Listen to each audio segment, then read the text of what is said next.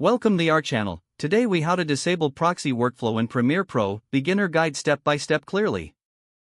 Open Adobe Premiere Pro on your computer. Select the project you want to work on.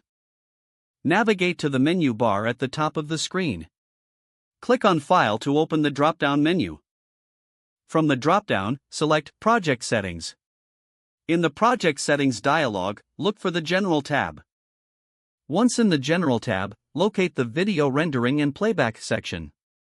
Find the option labeled Enable Proxies. Uncheck the box next to Enable Proxies to disable the proxy workflow. Click OK to save your changes and close the dialog box. Look for the Program Monitor window on your workspace. If you have proxy clips in your timeline, right-click on a clip. Select Proxy from the context menu. Then, choose Detach Proxies to remove any existing proxies from your clips. Your clips will now play back in full resolution without the proxies. Transition back to your editing process with the regular video files. Remember to save your project regularly to avoid losing changes. Now you have successfully disabled the proxy workflow in Premiere Pro.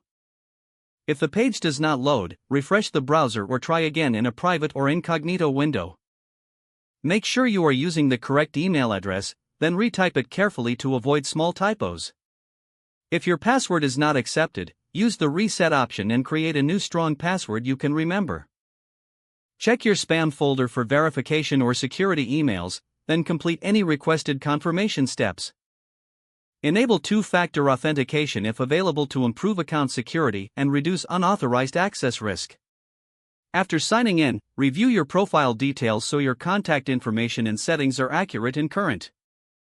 If you see an error, log out when you finish, especially on shared devices, to keep your account and payment information secure.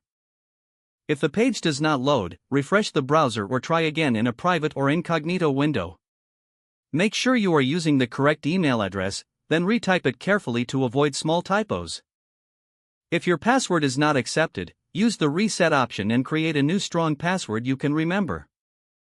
Check your spam folder for verification or security emails, then complete any requested confirmation steps. Don't forget to like this video and subscribe to our channel for more step-by-step tech guides.